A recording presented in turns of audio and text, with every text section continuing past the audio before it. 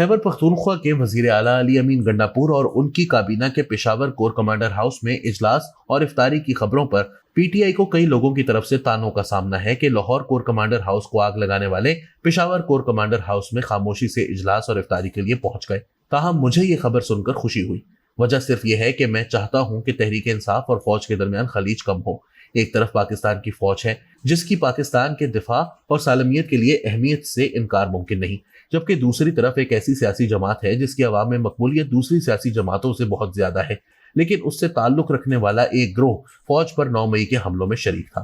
9 مئی کو جو ہوا اس میں تحریک انصاف کی حکومت کے خاتمے کے بعد عمران خان کے فوج مخالف بیانیے کا بنیادی کردار تھا۔ ویسے تو فوج اور تحریک انصاف کے درمیان رابطے 9 مئی سے بہت پہلے مکمل طور پر ختم ہو چکے تھے، لیکن 9 مئی کے واقعات کے بعد تحریک انصاف کے لیے حالات بہت خراب ہو گئے اور پی ٹی آئی لیڈرشپ بار بار اس خواہش کا اظہار کرتی رہی کہ ان کے فوج اور اسٹیبلشمنٹ سے رابطے بحال ہونے چاہیے تاکہ دونوں کے درمیان تلخ ماحول کو ختم کیا جا سکے۔ بار بار عمران خان بھی یہ شکایت کرتے رہے کہ اسٹیبلشمنٹ ان سے بات ہی نہیں کر رہی۔ بانی چیئرمین تحریک انصاف نے یہ بات اپنی گرفتاری اور انتخابات کے بعد بھی ایک سے زیادہ مرتبہ کی۔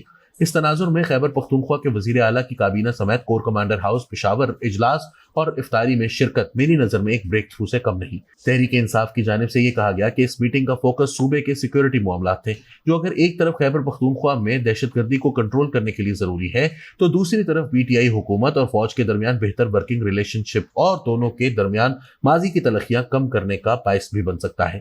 امید کی جانی چاہیے کہ تحریک انصاف کی حکومت اور فوج کے درمیان ان رابطوں میں اضافہ ہوگا جس میں سب کی بہتری ہے، لیکن عمران خان کی پالیسی کی سمجھ نہیں آتی۔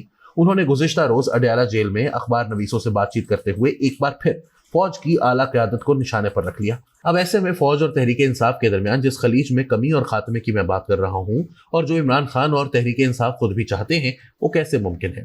خان صاحب کا ایک بڑا سیریس مسئلہ ہے۔ وہ نہ اپنے غصے پر قابو پا سکتے ہیں، نہ اپنی زبان پر ان کو کوئی کنٹرول ہے۔ اسی غصے اور ایسی ہی باتوں نے ان کو اس حال میں پہنچا دیا ہے۔ جو باتیں انہوں نے گزشتہ روز کی اور جو اخبارات میں شائع بھی ہوئی، انہیں پڑھ کر عمران خان کی اپنی ہی خواہش کہ ان کے اسٹیبلشمنٹ سے تعلقات بہتر ہونے چاہیے کیسے پوری ہو سکتی ہے؟